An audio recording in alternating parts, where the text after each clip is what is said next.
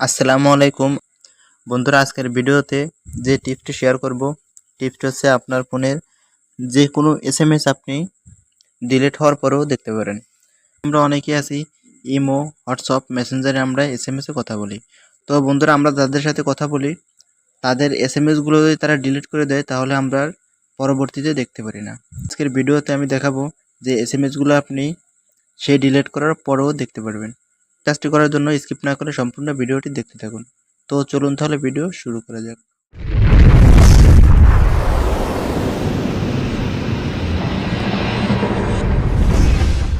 এই কাজটি করার জন্য ছোট্ট একটি অ্যাপ্লিকেশনের প্রয়োজন হবে। অ্যাপ্লিকেশনটি ডাউনলোড করতে যেতে হবে গুগল প্লে স্টোরে। তো প্লে স্টোরে আসার পর এখানে লিখতে হবে নোটি সেভ। বন্ধুরা, নোটি সেভ লিখে সার্চ করার পর এই যে প্রথমে যে অ্যাপ্লিকেশনটি দেখতে পাচ্ছেন এই অ্যাপ্লিকেশনটি ডাউনলোড করে নেবেন।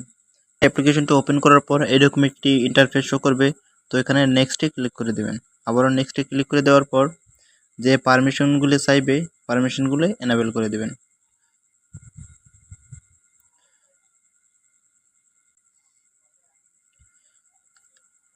নেক্সটে ক্লিক করে দেওয়ার পর এই যে দেখতে পাচ্ছেন নট অ্যালাউ করে দিতে হবে।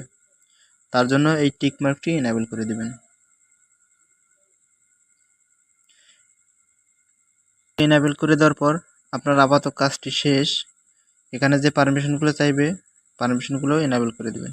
আপনি যদি চান যে আপনি যার সাথেই কথা বলবেন এসএমএসে সেই এসএমএসগুলো আপনার ফোনেই থেকে যাবে। সে যদি ডিলিট করে তারপরেও আপনার এখানে থেকে যাবে।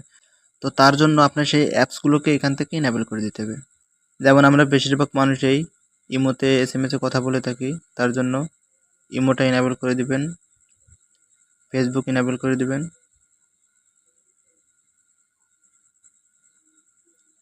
হোয়াটসঅ্যাপ এনাবেল করে দেবেন।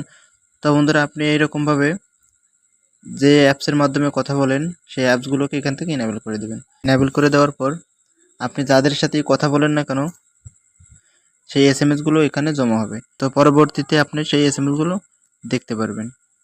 তো বন্ধুরা, এই ছিল আজকের ভিডিওটি ভালো লাগলে অবশ্যই একটি লাইক দিবেন আর চ্যানেলে নতুন হলে সাবস্ক্রাইব করে রাখবেন পরবর্তী ভিডিও পাওয়ার জন্য।